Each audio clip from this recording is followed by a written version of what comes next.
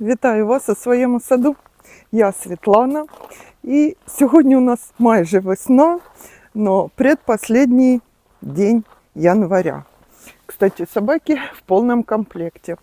Мии теперь не хватает. Мия, вон она бегает. Я, видимо, по такой жаре бегала с кусторезом, секатором, и немножко где-то меня продуло. Голос не такой звонкий, не такой громкий, но я вам попытаюсь сегодня рассказать интересное очень про свой кипарисовик Боливард. Вот про этот.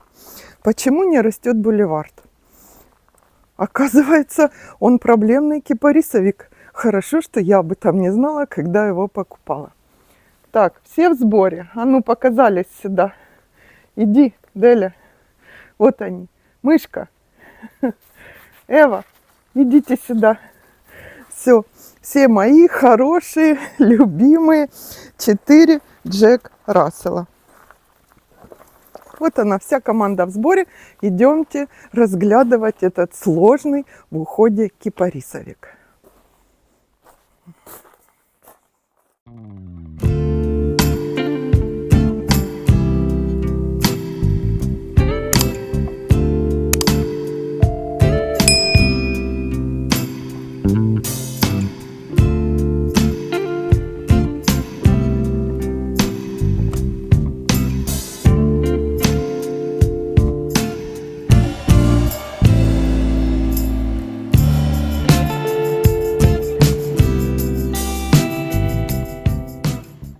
Кипарисовик Боливард покупался в эту хвойную композицию у меня, опять же, одним из первых. Почему? Потому что я пыталась высадить все свои растения ближе к дому, ближе к крыльцу. Эти клумбы осваивались первыми, я вам рассказывала. Покупался спонтанно. Вот он, красавчик. Рост, вы видите, уже где-то 2,40, больше 2 метров. Ему около 5 лет, немножко меньше. 4,6, 4,7, где-то так. Покупался в контейнере. Видимо, это сыграло свою роль. Сейчас расскажу. Хорошо, что я не читала в то время про растения, не смотрела, знаете, глаза заведущие. Зашла в питомник, я его только потрогала вот так вот. Все, хочу. Такой мягкий, пушистый, особенно когда у него молодые приросты. Они настолько мягкие, как котенка гладишь. Сейчас немножко более жесткий он, но ощущения тактильные очень приятные для тех, кто любит руками трогать растения. Я знаю, многие из вас такие. Этот кипарисовик может вам понравиться.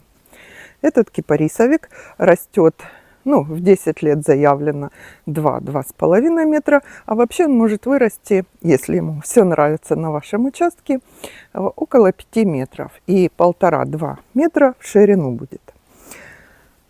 Так вот, я просто чисто интуитивно посадила его за вот этой своей туей смарагд. Она в то время была уже 2 метра, а кипарисовик сантиметров 50 покупался. 50-60 в горшке.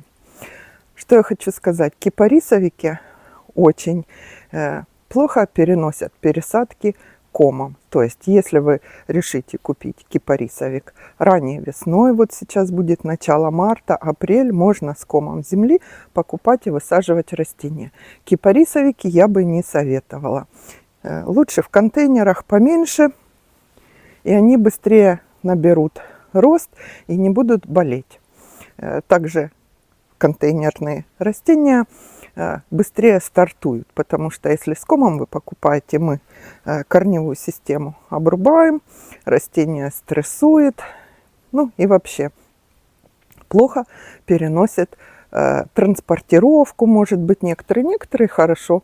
У меня часть растений вообще в саду с комом, часть в контейнерах. 90% растений, которые я высаживала, из контейнеров. Вам и менеджеры в питомнике посоветуют, если вы начинающий садовод, покупайте растения в контейнерах. Так вот, первое, что надо знать конкретно про Боливард, если решитесь высаживайте в контейнере.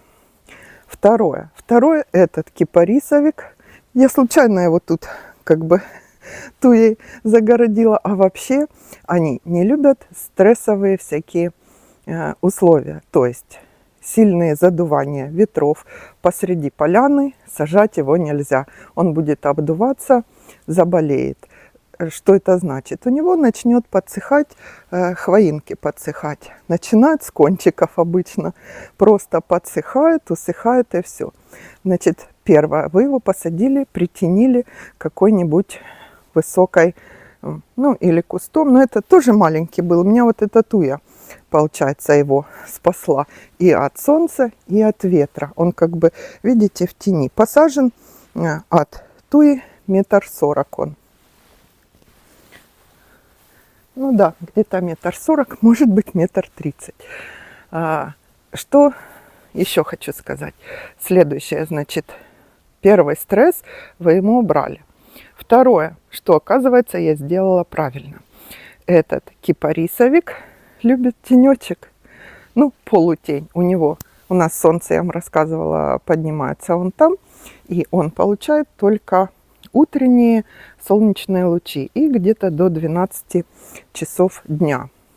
Позже он притенен, когда солнце обходит, туей, а еще позже, после 4 часов, забором притеняется и туями, которые вдоль забора. То есть он 60-70% солнечного дня находится в тенечке. Солнце ему все равно немножко надо, потому что этот кипарисовик, голубая хвоя у него, очень, кстати, красивая, с такими черточками, рисочками, светлее, темнее, и хвоинки очень красивые. Так вот, чтобы голубизна была более выражена, ему нужно солнышко, как всем голубым елям, кипарисовикам, солнце для цвета надо. Но он предпочитает все-таки тень, полутень, ажурную тень. Полное солнце он у вас сразу стрессанет. И логически переходим к поливу.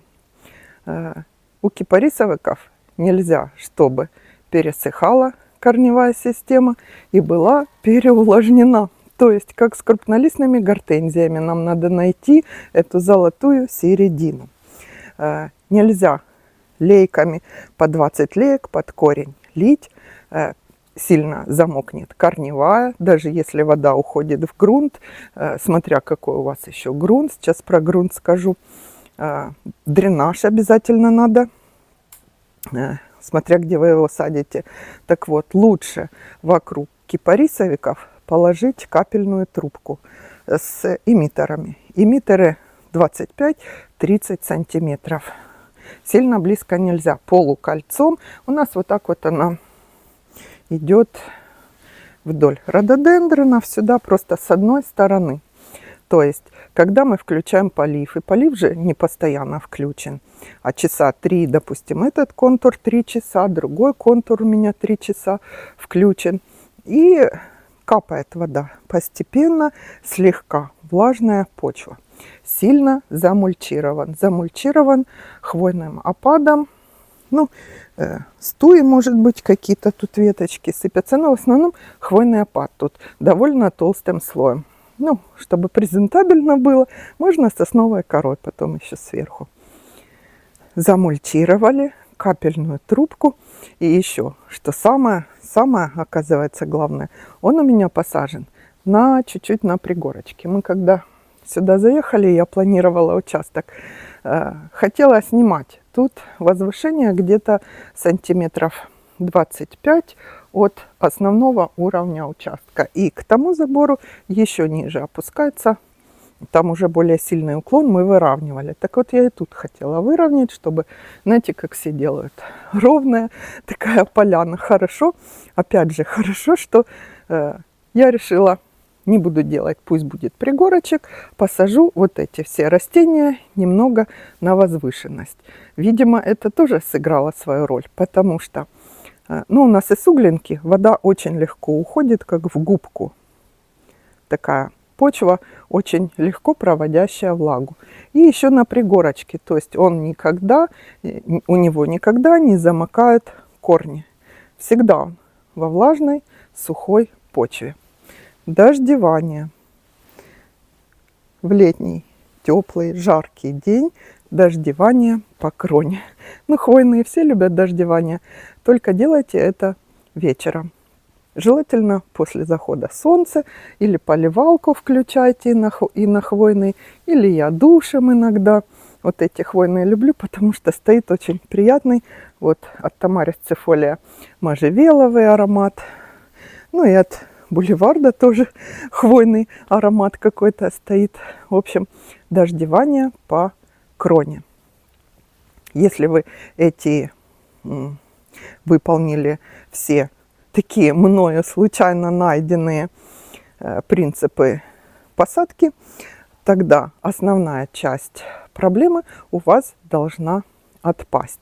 Солнце вы учли, не на солнце, не на ветру, с поливом разобрались, с местом высадки, с почвами. Почвы слабо кислые, но в то же время плодородные. То есть, если у вас сплошная глина, то немножко подсыпать кислого торфа не спасет ситуацию. Надо будет заменять частично грунт. Слабо кислый, сильно кислый хвойные тоже не любят. Это только крупнолистным гортензиям, рододендронам можно. Так, куда-то полезли под террасу. Рододендронам можно более кислый грунт добавлять, а хвойным сильно закислять не надо. Разобрались с этим, разобрались. Красавчик. Сейчас расскажу про вредителей и про один его небольшой недостаток. Ну, он такой небольшой, я с ним столкнулась, я его постепенно решаю. Не критичный, но такой, знаете, сейчас все расскажу. Сейчас про вредителей расскажу. Значит, как все хвойные кипарисовики также подвержены нашествию паутиного клеща. Не буду какой-то оригинальной. Паутиный клещ любят все хвойные. Ранней весной, вторая половина апреля, может быть и первая, смотря какая у вас температура, обязательно обрабатывайте от клеща. Часто вы спрашиваете, как и чем. Препараты я меняю одним и тем же, постоянно брызгать нельзя. Происходит привыкание, даже если очень хороший. Я использую Норел, Санмайт, Вермитек, еще какой-то Актелик, по-моему, акарицид или инсектоакарицид, то есть который и на насекомых инсекта, и акарицид на клещей. Обработки, особенно весной, я бы рекомендовала проводить 2-3 недели обязательно. Особенно, если нет дождей. Почему, если нет дождей, клещ бушует в сухую солнечную погоду.